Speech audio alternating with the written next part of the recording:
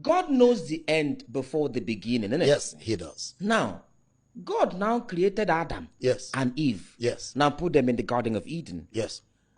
If God knows the end before the beginning, which means obviously God would have known that Adam Oh, he did. or Eve He did. would have, He knew they would sin. they will sin. Yes. So why did he now still tell them, oh, see, knowing, because human nature, Yes. if I post a video and I say, don't watch this, Yes. that is when What you want to rush watch. and watch it. Yes. And God now put it there and say, okay, this tree, don't touch it to every other thing, uno touch. But God know they will touch it. So why did he punish them for knowing what they are going to do?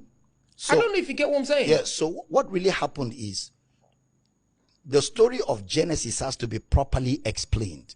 And the reason it has to be explained is this. Moses wrote the book of Genesis. And Moses was not there when all the events in Genesis happened. Because Moses was born in Exodus chapter 2 verse 2. Okay. So in order for Moses to write Genesis, a number of factors will come into play. Number one, God gave him a vision. Number two, there's what we call oral tradition. Yeah. Just like you have families sit down and transfer the stories to their children. So there was all of that. And then remember, Moses also was in the house of Pharaoh, where he had access to the best education in Egypt. So civilization was available to him. Yes. So which means all of these were the materials that equipped Moses to write Genesis. Now, he didn't write Genesis as Genesis was happening. It was after the event reportage. So that means everything had finished. Now, so he's coming from an informed position. He's coming with advantage of information to document what happened. Which means the way he's going to document it will be different from a person who was there as things were happening, who didn't have the advantage of having all the information. Sure. So when Moses is writing, he will write in a particular way. Now, Genesis was Moses' teaching to an audience in Egypt that were in bondage.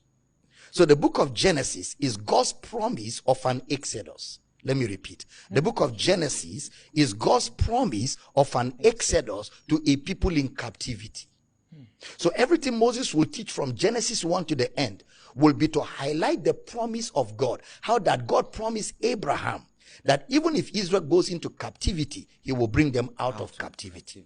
So with that background, Moses now begins to write God's plan. Okay. Then he begins to indicate how God expressed his love for man in creating man, giving man access to the entire garden and everything. Okay. And because the audience Moses is writing to will understand the use of tree, plant, fruit, he now employs those figures of speech. So they're not literal?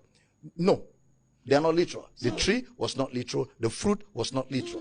Adam was literal.